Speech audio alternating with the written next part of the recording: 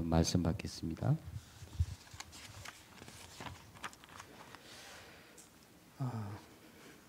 앉아서 설교를 다 해봅니다. 하나님이 우리에게 주신 최고의 축복은 뭘까요? 구원받은 겁니다. 한마디로 하나님이 우리 아버지가 되신 겁니다. 가장 근본적이고 친밀한 관계, 부모예요. 우리 따라합니다. 하나님이 나의 아버지이십니다. 앞뒷분 보고 인사합니다. 성도님은 천국 백성입니다. 하나님이 아버지요, 천국 시민권자다. 모든 걸 다 받은 자인 줄 믿습니다. 그렇다면 천국 백성의 조건은 무엇인가? 너희가 돌이켜 어린아이들과 같이 되지 아니하면 결단코 천국에 들어가지 못한다 말했습니다. 예수님이 어린아이가 같이 되지 아니하면, 어린아이 특징이 뭐죠? 순수합니다. 부모 말을 절대 신뢰합니다. 하라는 대로, 알려주는 대로 믿고 실행합니다. 어린아이와 같이 되지 아니하면 이 말은 뭐죠? 하나님 말씀대로 믿고 약속을 절대 신뢰합니다. 오직 예수만 구원의 길이다. 하나님이 우리에게 주신 언약이에요. 오직 예수만, 그것을 믿는 겁니다. 마귀의 자녀는 어떨까요? 절대 하나님의 말씀을 인정하지 않아요. 하나님을 부인하고 말씀을 인정하지 않습니다. 그렇다면 우리는 이미 천국 백성입니다. 근데 제자들이 자기들끼리 싸우는 거예요. 천국에서 누가 크냐? 누가 큽니까? 누구든지 이 어린아이와 같이 자기를 낮추는 그 사람이 천국에서 큰 자다. 자기를 낮추는 자, 자기 중심적인 자는 자기를 낮출 수 없습니다. 어린아이 특징이 뭐죠? 동기가 없어요. 야망이 없어요. 동기와 야망이 있는 사람은 자기를 낮출 수 없습니다. 그래서 어린아이와 같이 자기를 낮추는 자가 천국에서 큰 자다. 그래서 교회가 중요해요. 왜죠? 보고, 듣고, 배우는 것이 너무 중요해요. 부모가 왜 중요해요? 어린아이의 모든 어린 시절을 그 부모를 통해 보고 배운단 말이에요. 그래서 알려주려면 어떻게 알려줘라? 제대로 알려줘라. 우리나라 주변에 강대국들이 많아요. 뭐 경제, 군사적으로 2위, 3위, 4위, 5위가 다 주변 아시아에 다 있어요. 우리나라는 경제 10위, 군사 6위. 지금 우리나라가 만약 다른 대륙에 있다면 우리나라는 초강대국이에요. 한마디로 말하면 한 반에 전교 1, 2, 3, 4등 다 있는 거예요. 그러니까 우리가 얼마나 강한지 몰라요. 이 상대적이다 보니까. 그 중에 한때 세계를 정복하겠다고 세계 대전 일으킨 나라가 있습니다. 섬나라인 그들에게 어떻게 그 사람들은 섬나라에 갔을까요? 제 생각이에요. 저는 아마 한반도에서 가지 않았을까. 자기들은 하늘에서 떨어졌다 그러는데 제가 볼 때는 한반도에서 갔어요. 문화도 알려주고 교육도 시켜주고 참 좋은 걸 많이 줬어요. 음식도 전해주고. 일본 글씨 가타카나가 신라시대 구결문자에서 전래됐다 그래요. 그러니까 우리나라가 한문이 너무 어려우니까 부수만 떼다가 쉽게 읽을 수 있게 만든 게 구결문자예요. 절에서. 그걸 딱 보니까 가타카나가 비슷한 거예요. 결국은 문자도 우리가 전해주고. 근데 알려주려면 제대로 알려줬어야 돼. 이 얼마나 좋은 한글, 훈민정음 알려줬어야 되는데 그 구결문자 알려줘갖고 전 세계에서 가장 복잡한 문자책을 갖고 있는 게 일본이에요. 한문, 히라카나, 가타카나 다 써요. 음식도 마찬가지예요. 음식에서 일본에서 오랫동안 산 분이 한 말이에요. 일본 음식 진짜 별거 없다는 거예요. 우리가 잘 아는 일본 음식, 일본에도 김치가 있어요. 예. 일본 김치 먹어보셨어요? 먹어보시고 있나 보네. 어떻게 생겼어요? 맞아요. 허예요. 김치 소금에 절인 거. 딱 그 맛이래요. 그 뒤에 안 알려주고 김치를 배워갔는데 이게 소금에 절인 것까지만 배운 거예요. 흰김치. 일본 우동이 유명해요. 또 한국에서 알려줬는데 적당히 알려준 거예요. 일본 우동은 우리나라는 국물이 굉장히 깊이가 있어요. 일본 우동은 그냥 가스오부시인가? 그거 넣고 그냥 끓여 먹는 거예요. 깊이가 없다는 거예요. 일본의 고급 음식이 덴뿌라예요. 덴뿌라. 덴뿌라가 뭐예요? 튀김. 튀김. 그게 고급 음식이라고 호텔에서 나온단 말이에요. 거기다가 낫또라고 있어요. 낫또. 우리가 청국장 우리는 맛있게 먹잖아요. 청국장 제대로 알려줬어야 되는데 반만 알려줬어요. 그래갖고 콩을 숙성시켰는데 그 끈적끈적한 거. 그거 그냥 비벼 먹는 게 낫또예요. 한마디로 깊이가 없다는 거예요. 깊이가. 그러니까요. 이게 정신세계, 영적 세계하고도 관계가 있어요. 일본은 복음이 뿌리를 내질 못해요. 그 이유가 뭐예요? 신도예요. 신도. 그 사람들 종교가 신도예요. 자기 조상들. 우주 만물 다. 그래서 일본 기독교 인구가 0.34%예요. 0.34%. 지금 한국은 이렇게 기독교가 번창했는데 그것도 선교사 외국인들 빼면 0.2%래요. 일본 기독교 인구가. 깊이 있는 신앙인이 되어 복음 제대로 누리고 우리 렘넌트들에게 확실하게 알려줘야 돼요. 그래서 첫 번째, 아버지의 뜻은 무엇인가? 마태복음 18장 5절 6절 예수 이름으로 내 이름으로 어린아이 하나를 영접하면 곧 나를 영접하는 것이다. 우리가 예수 이름으로 어린아이 하나를 영접하면 곧 주님을 영접하는 겁니다. 주를 믿는 자, 작은 자 중 하나를 실족하게 하면 차라리 어떻게 해요? 연자맷돌을 그 목에 달아 바다에 빠뜨리는 것이 낫다. 실족하게 할 수는 하지 않을 수는 없다. 그러나 실족하게 하는 그 사람은 화다 이거예요. 교회 다니면서 시험 안 들 수가 없어요. 그런데 신기한 게 제가 50년 이상 신앙생활 해보니까 이 시험이라는 게 좀 특이해요. 교회나 성도는 늘 시험이 와요. 근데 이걸 공놀이 하듯이 패스하는 사람이 있어요. 시험 받는 사람 특징, 시험을 줘요. 주고받아. 시험 안 드는 사람은요, 시험이 와도 그걸 자기가 품어버려요. 이 공 토스하는 사람 뭐예요? 시험 오면은 자기도 받고 남한테 또 토스해줘. 시험도요, 주는 사람이 받더라는 거예요. 제 경험상. 근데 시험에 들지 않는 사람은 시험이 갔는데 그걸 자기가 품어버린다 이 말이에요. 우리 아름다운 게 모든 성도님들은 시험에 들지 말고 주고받지 말고 시험을 품고 끝내시기 바랍니다. 패스하지 마세요. 끝내야 돼요. 그게 절대 복음이에요. 절대 언약. 마태복음 18장 10절 아버지 뜻이 뭡니까? 삼가 이 작은 자 중 하나도 업신여기지 말라. 그들의 천사들이 하늘에서 하늘에 계신 내 아버지의 얼굴을 항상 배웁는다. 우리 김은석 집사님 천사가 있어요, 없어요? 시우 천사 있어요, 없어요? 같아요, 달라요? 다르단 말이에요. 지금 뭐라 그래요?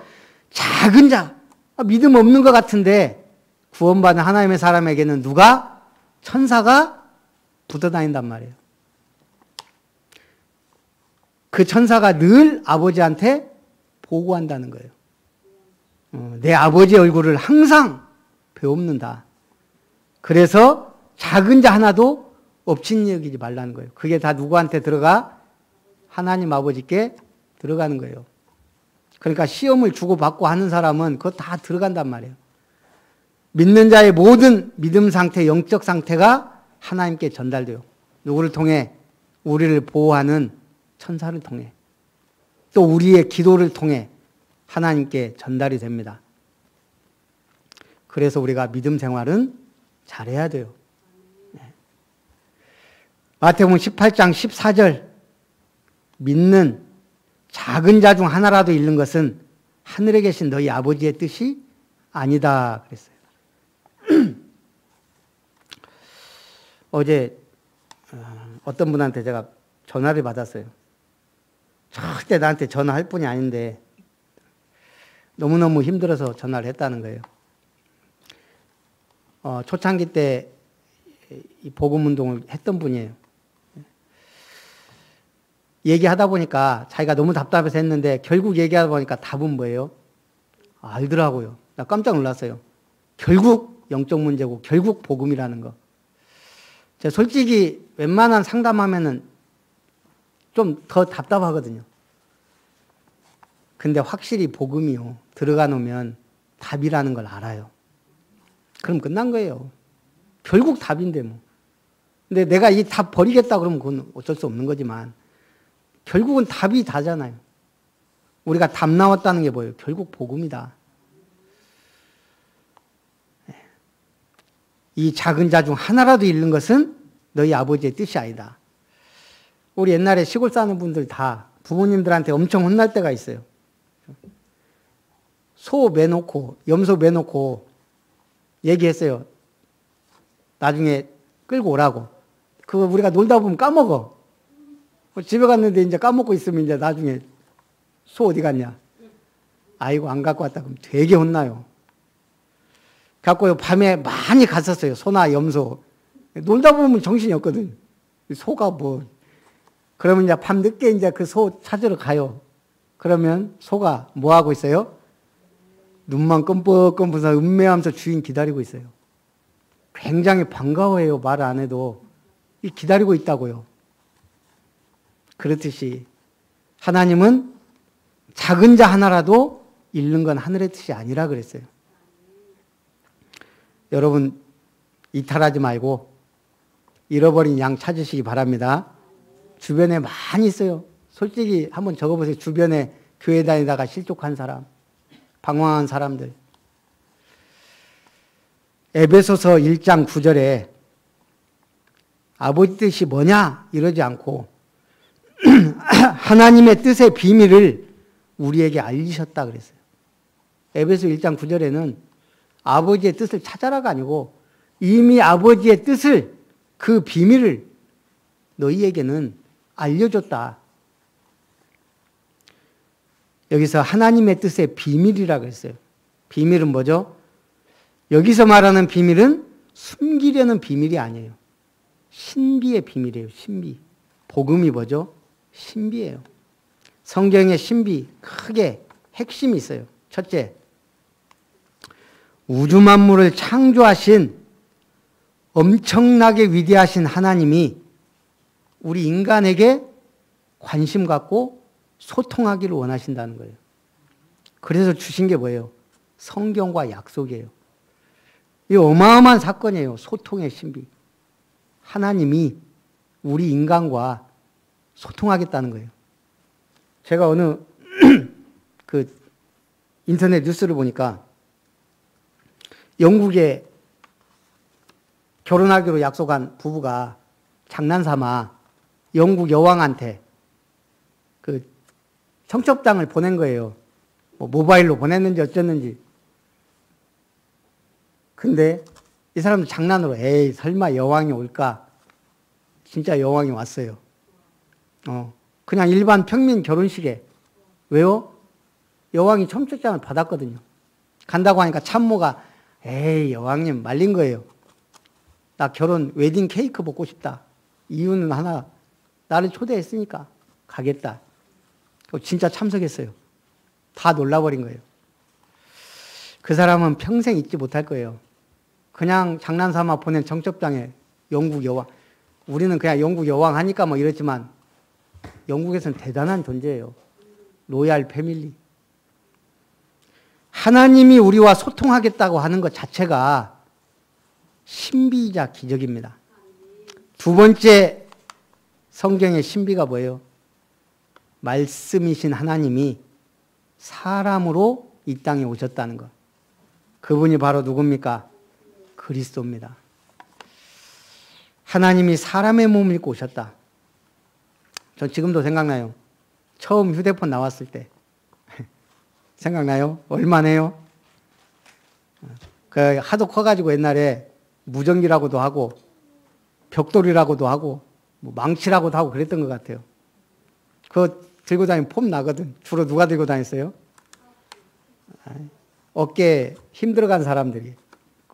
그랜저, 각진 그랜저에 이거 들고 다녔다고. 신기했어요. 아니, 어떻게 선 없이 통할 수가 있지? 그 신비예요, 신비. 하나님이 우리와 소통하시고 그 말씀의 약속대로 이 땅에 오셨다는 것. 세 번째 신비가 뭡니까? 우주 만물의 주인 되신 하나님이 사람으로 오셨는데, 왕으로 오셨는데 대접받기 위해 오신 게 아니고 섬기려고, 그것도 죽으려고 오셨다는 것. 마가복음 10장 45절에 인자가 온 것은 섬김을 받으려 함이 아니라 도리어 섬기려 하고 자기 목숨을 많은 사람의 대속물로 주려 합니다. 자기 목숨을 주기 위해, 우리를 구원하기 위해 오셨다는 얘기입니다. 그게 십자가의 신비입니다. 아니, 어느 종교가 피 흘려 죽으면서 구원을 했냐 이 말이에요. 네 번째 신비가 뭡니까? 이 정도 되면 이제 답 나와야죠. 네 번째 신비는 부활의 신비. 지구상에 종교가 얼마나 될까요?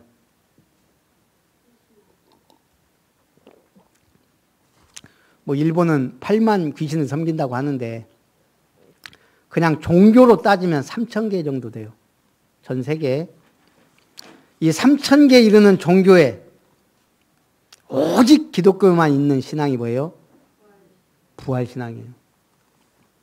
오직 하나님의 아들이 와서 십자가에 죽으시고 부활했다.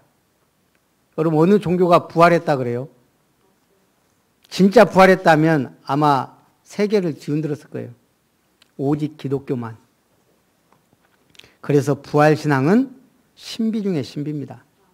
우리만이 참 신을 믿고 참 종교라는 증거예요. 부활. 다섯 번째는, 첫 번째, 네 번째 이르는 신비를 믿음으로 받아들인 사람이 하나님 자녀가 되고 영생을 누리게 되는 신비예요. 요한복음 20장 31절. 오직 이것을 기록함은 너희로 예수께서 하나님의 아들 그리스도이심을 믿게 하려 하며 또 너희로 믿고 그 이름을 힘입어 생명을 얻게 하려 함이다. 우리에게 영원한 생명을 주었다는 거예요. 이게 믿어진다, 복받은 사람입니다. 자, 여러분은 신비 그 자체예요. 이 엄청난 신비를 믿게 됐다는 겁니다. 마태복음 18장 19절 20절 아버지의 뜻이 또 나옵니다. 너희 중 두 사람이 땅에서 합심하여 무엇이든지 구하면 하늘에 계신 아버지께서 그들을 위하여 이루게 하신다는 겁니다. 두세 사람이 내 이름으로 모인 곳에 내와 그들과 함께 있느니라. 아니, 한 사람이 기도하면 함께 안 해요? 함께 해요. 근데 두세 사람이 모였단 말은 뭐예요? 뜻이 있어 모였단 말이에요. 우리 한 사람 한 사람은 기도할 때 주관적일 수밖에 없어요. 내 문제, 내 앞길, 내 나 할 수밖에 없어요. 두 사람이 모이면 뭐예요? 하나님의 뜻을 찾게 돼요. 광화문 집회 왜 갔는지 모르겠지만 왜 갔어요? 그들 나름대로 뜻이 있단 말이에요. 모인 거예요. 중요하지도 않은 일에도 그렇게 모여요. 이 코로나 사태. 순천에서도 많이 갔더만요. 10만 원씩 받고. 그래갖고 지금 이런 사태들이 벌어지고 있는데 두 사람이 땅에서 합심하여 무엇이든지 구하면 내가 그들을 이루고 두세 사람이 내 이름으로 모인 곳에는 내가 그들과 함께 하겠다. 우리가 지금 이 시간 이렇게 모인 건 하나님의 뜻을 이루기 위함인 줄 믿습니다. 그래서 뭐 해야 되냐? 믿음으로 모이고 믿음으로 구하면 됩니다. 이스라엘 백성들이 애굽에서 해방되어 홍해를 건넌 후 걷고 걸어 바란 사막에 도착합니다. 요단강이 하루길 되는 곳입니다. 하루만 더 가면 꿈에 그리던 가나안 땅을 밟을 수 있는 곳입니다. 바란 광야에서 모세는 한 지파 한 명씩 중요한 일꾼을 뽑았습니다. 유다 지파는 갈렙, 요셉 지파는 여호수아가 뽑혔습니다. 이들 12명이 가나안 땅에 침투해서 모든 상황을 탐색한 정탐꾼들입니다. 40일간 가나안 땅을 점탐하고 돌아와 모세와 회중 앞에 보고합니다. 불행하게도 보고 내용이 둘로 갈라집니다.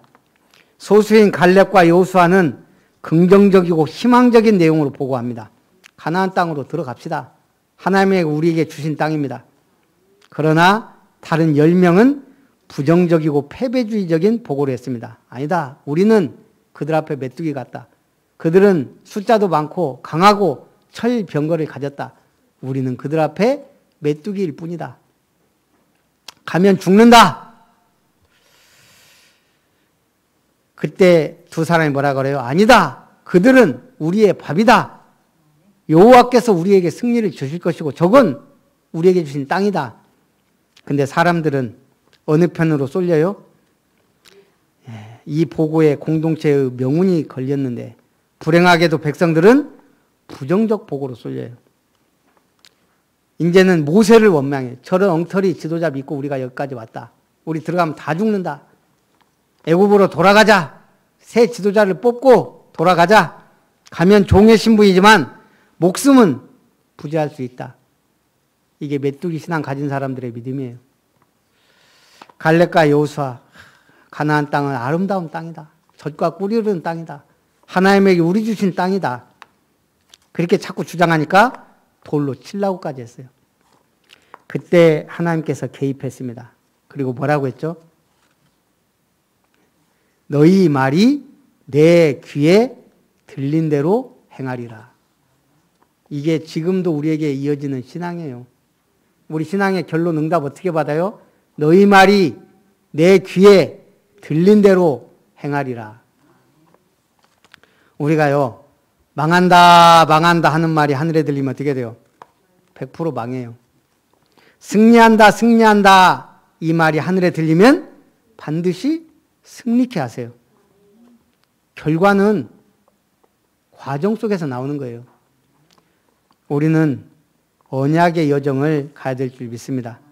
그래서 망한다, 망한다, 죽는다, 죽는다 한 사람들 40년간 광야에서 행진하는 동안 다 죽었어요. 승리한다고 했던 갈렙과 여호수아는 어린 세대를 길러 약속의 땅으로 들어가게 됩니다. 그 믿음이요. 제자 세우고 후대 키우고 교회를 든든히 세우고 가나안 땅을 정복하는 바탕이 됐어요. 말에는 힘이 있습니다. 우리의 미래를 결정합니다. 그러니까 오늘 우리가 예배드리면서 뭐 해야 돼요? 하나님의 말씀을 굳게 붙잡아야 돼요. 더 놀라운 사실, 멸망당할 가나안 땅에 구원받을 족속이 있었다는 거예요. 무슨 족속? 기브온 족속.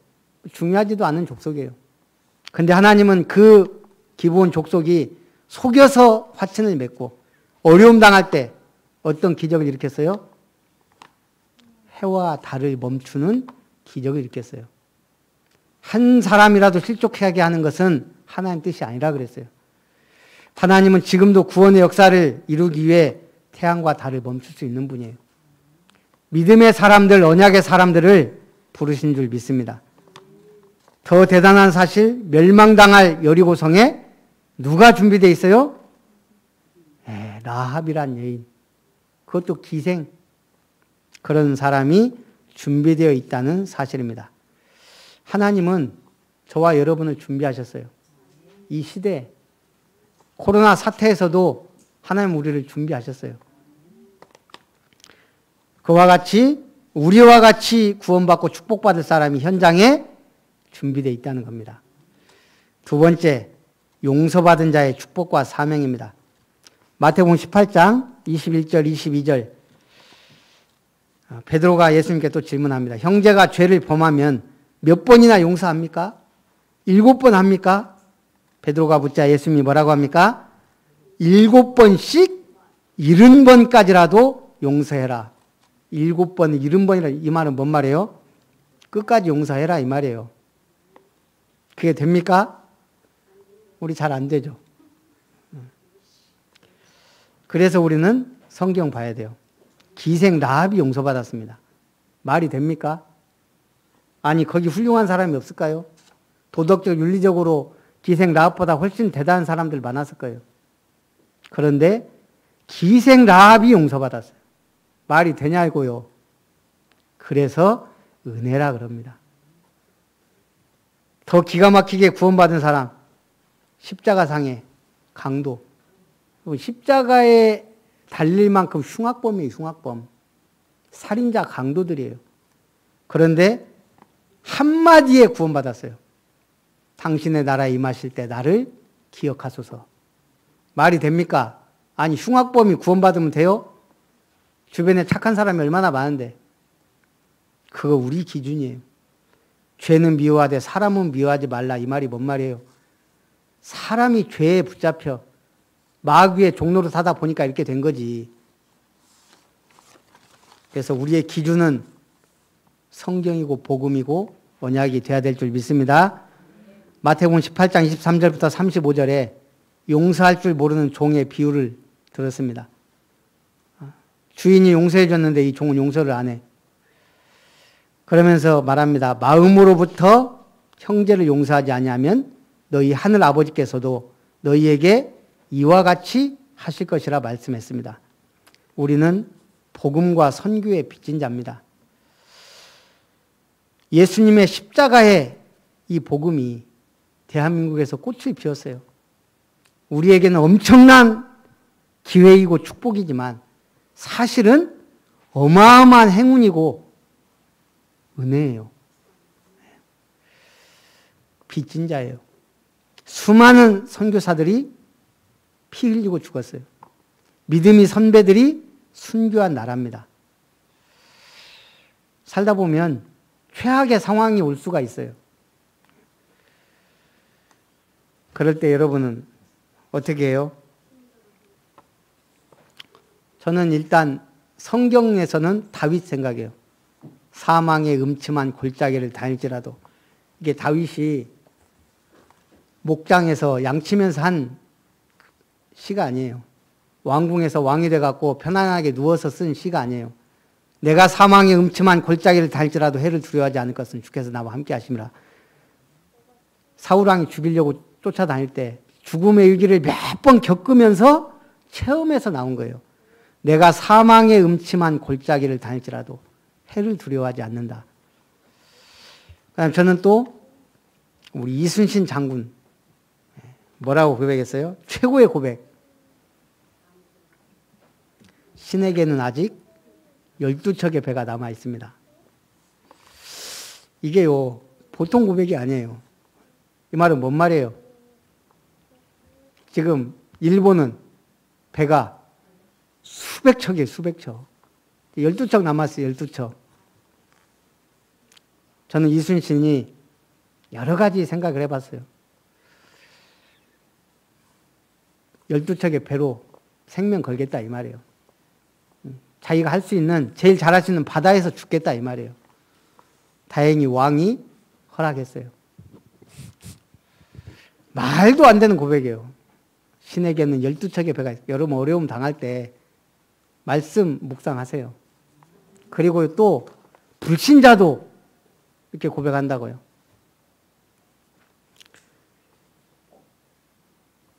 우리는 빚진 자입니다.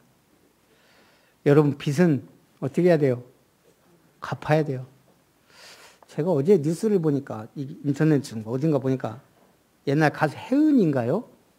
뭐 TV에서 나왔다고 그러는데 그게 이제 그 다음 뉴스에 있더라고요. 지금까지 빚을 100억 갚았대요. 100억. 남편하고 이혼하고 남편 빚이 아마 그렇게 많았는지 제일 가슴 아픈 건 집 5채 다 팔고 자기 작은아버지 집까지 그러면서 이제 그 누군가하고 이렇게 대화하면서 그래도 다행인 건 이 빚쟁이들이 이자 갚으란 소리는 안 한대요. 얼마나 다행이냐 이 말이에요. 그랬구나. 그러니까 자기는 무슨 일이 있어도 자기 아버지, 작은아버지 집은 그 자식들한테 반드시 갚겠다는 그 딱 의지가 있더라고요. 빚은 갚아야 돼요. 근데 우리는 은혜의 빚을 졌어요, 은혜. 돈 빚이라면 사람 미치고 환장할 건데 하나님이 은혜의 빚. 우리는 어디에 갚아야 돼요? 예. 복음 받지 않은 사람. 그리고 237 나라. 선교해야 할 사명 가진 교회인 줄 믿습니다. 예. 우리의 모든 사역은 선교와 연결돼야 하고 방향을 맞춰야 됩니다. 지금 우리 사회는 스트레스가 이만저만 아닙니다. 긴긴 장마가 끝나는가 했더니 무더위가, 코로나19 끝나는가 했더니 이제는 교회발. 저는 피부로 잘 못 느끼겠는데 우리 지집사님 2번 만나서 얘기했는데 엄청 욕하고 있다고 하더라고요. 불신자들이 교회. 욕 먹을만 해요. 왜요? 교회는 딴짓 하면 안 돼요. 복음 외에 딴짓 하면 안 되는 거예요. 그 딴짓 하니까 저렇게 욕을 얻어먹어요. 같이.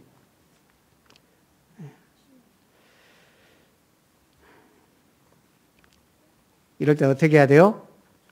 우리가 나서서 으쌰으쌰 할 필요 없어요. 우리는 진짜 중요한 거 해야 된다 이 말이에요. 복음 가지고. 사람 몸에는 한계가 있습니다. 스트레스가 한계를 넘으면 몸이 말하게 됩니다. 제가 우리 집사람 보면 저보다 스트레스를 좀 많이 받아요. 저 사람은 딱 드러나 자꾸. 스트레스가 오면 가만 놔둬야 돼요. 그러니까 이게 스트레스 계속 받으면요 사람이 이게 포화가 돼요. 몸살이 나기나 짜증이 나긴 하거나 막 그래요. 나른해지고 귀찮아지고 막 이래요. 이럴 때 취할 현명한 방법을 정신과 의사가 빈둥빈둥 치료법이라고 그냥 쉬라는 거예요. 근데 또 우리가 그럴 수도 없어요.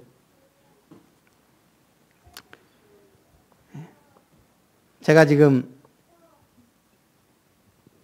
다치고 20일 지났어요. 20일. 수술하고 치료받고 남들이 볼 땐 나이롱 환자예요.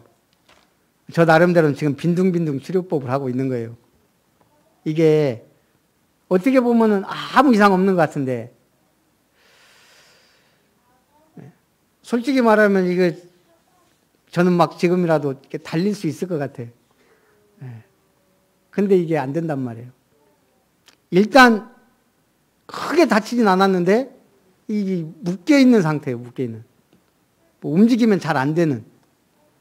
아프진 않은데 움직일 수는 없는.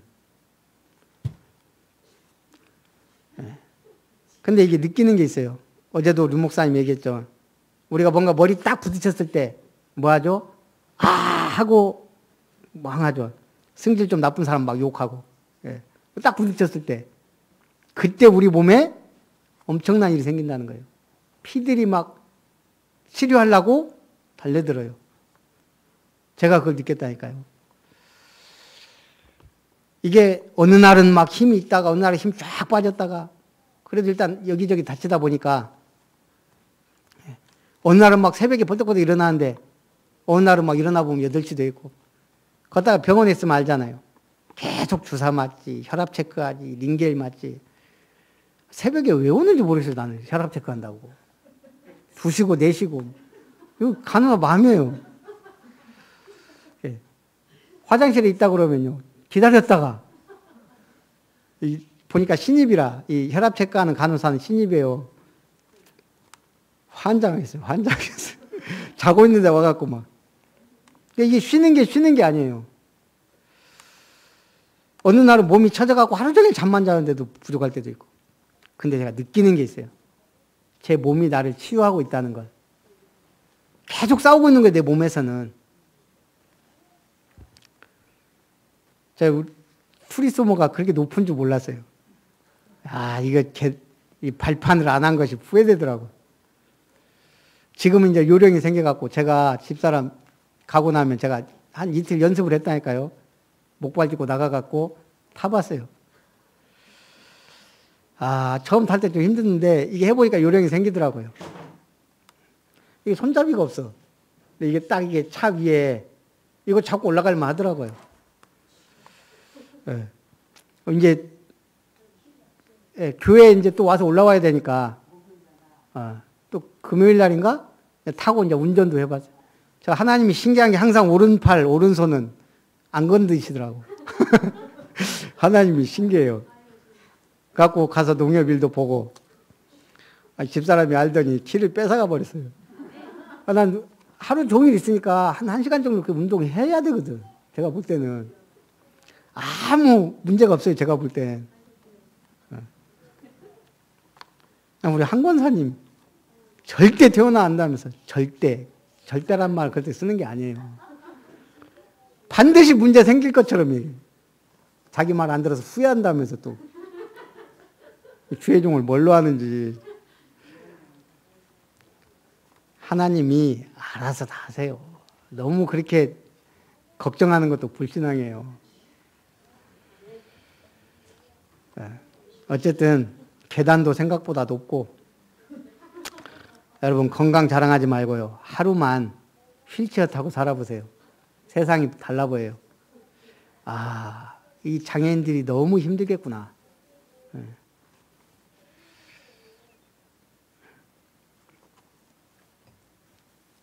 거기서 자기 성찰을 하는 거예요. 자기 성찰. 참 중요한 것 같아요. 결론. 제가 왜 이 얘기를 합니까? 우리는 가만히 어떨 때는 그냥 빈둥빈둥 놀듯이 나를 바라보는 시간도 필요해요. 힘들 때는 그냥 아무것도 안 하고 가만히 하나님 말씀 묵상하는 것도 중요해요. 제가 한 주 딱 강단을 맡겼잖아요. 우리 최태영 선교사님한테. 솔직히 약간 불안하고 걱정되더라고요. 저 입에서 무슨 말이 나올지. 저는 입장이 또 그래요. 근데 진짜 은혜 받았어요, 저도. 상상외로. 참 하나님이 역시 말씀을 주시는구나. 우리 교회에 꼭 필요한 말씀 주신 거예요. 결론입니다. 하나님의 절대 주권 속에서 하나님 주신 것을 찾으라. 이번 주 키워드가 아버지의 뜻이에요. 하나님 주신 것. 이번 저도 WRC 메시지를 다 들으면서 가장 제게 각인되고 박힌 게 출애굽의 지도자 모세. 류 목사님 메시지 중에 많은 메시지가 있었지만 모세. 그것도 모세가 남긴 모세오경. 이번에 이게 많이 와닿더라고요. 모세가 모세오경을 남겼구나. 맞다. 얼마나 중요해요. 여러분 지금 창세기가 없다면 생각해 보세요. 창세기가 없다면. 뭔가 진짜 이 불완전한 성경이 됐을 거예요. 모세오경이 없었다고 생각해 보세요. 그냥 역사. 모든 것의 시작과 근원과 답이 다 들어있는 모세오경. 창세기를 어떻게 기록했을까? 모세가 창세기 어떻게 기록했을까요? 모세 어머니한테 들은 거예요. 1차적으로는. 모세가 이렇게 창세기를 자세하게 기록할 수 있었던 거 누가 알려줬을까? 모세 어머니밖에 없어요. 아론도 똑같이 출애굽 서론 이후부터 어린아이였단 말이에요. 모세 어머니가 모세 젖대기까지 집중적으로 얘기해 준 거예요. 어저께 보겸이가 잠을 안 자니까 아기 때부터 쭉 우리가 노래도 해주고 막 했던 걸 쭉 들어주니까 좀 신기하더라고요. 이렇게 아기였는데 벌써 저렇게 지 하고 싶은 말 하고 1년 그러는데 참 은혜가 되더라고요. 제가 책 읽어준 거, 찬양해 줬던 거 그런 것들 쭉 보니까 또 새로워요.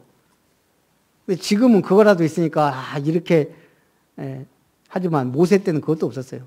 그 어머니가 모세에게 아마 모세 저 때까지니까 뭐 3살, 4살, 5살까지 아마 유모로 있었겠죠. 그때 집중적으로 얘기해 준 게 가장 중요한. 그 다음 뭐죠? 하나님의 영에 감동돼서. 창세기 보면 대화까지 다 기록해 놨어요. 이게 불가능한 거예요. 하나님이 모세를 통해 이 어마어마한 작품을 남기신 거예요. 하나님의 영에 감동된 창세기. 모든 문제와 다 답이 들어있어요. 출애굽기. 모세가 생생하게 체험한 거예요. 모든 모형이 다 들어있어요. 세상 생활 어떻게 할 것이냐, 애굽 생활. 교회는 어떻게 섬길 것이냐, 광야교회. 교회가 어떤 곳이냐, 성막 모형을 통해 그 중심으로 활동한 이스라엘. 레위기는 예배의 중요성. 민수기는 싸움에 나갈 만한 자를 계수했습니다. 제자. 신명기는 말씀. 언약 붙잡으면 어떤 축복이 많은가. 놓치면 저주다. 하나님 우리를 통해 중요한 CVDIP의 작품을 남기실 줄 믿습니다. 하나님께서 내게 주신 것이 무엇입니까? 말씀은 반드시 성취됩니다. 절대 언약 향해 가시기 바랍니다. 정확한 복음 붙잡아야 돼요. 제가 집사람하고 결혼을 앞두고 이 서로에게 하나님이 주신 배필이 맞는지 모른단 말이에요. 그때 언약도 약간 희미했어요. 같은 다락방 안에 있었지만. 그때는 언약 확실하게 붙잡는 방법을 몰랐어요. 그래갖고 포럼하기로 해놓고 그날 성경 쫙 펴고 거기 나온 한 장을 가지고 포럼하기 시작했어요. 제가 지금 보니까요. 만약에 우리가 성경 이렇게 아무 데나 펴요. 하나님 저 결혼을 위해서 오늘 기도합니다 하고 딱 펴. 그리고 손가락으로 눈 감고 가리켜. 그래갖고 만약 그걸 가지고 우리가 포럼한다면 어떻게 되겠어요? 제가 요즘에 성경 계속 보니까 없음이 많아요. 없음. 절 중에 없음이 많아. 그러면 그거 딱 했으면 어떻게 되겠어요? 내 인생 없음이에요. 말씀을 정확하게 붙잡아야 돼요. 교회가 왜 필요해요? 말씀 붙잡으라고. 목사가 앞에서 왜 설교해야 돼요? 말씀 붙잡으라고.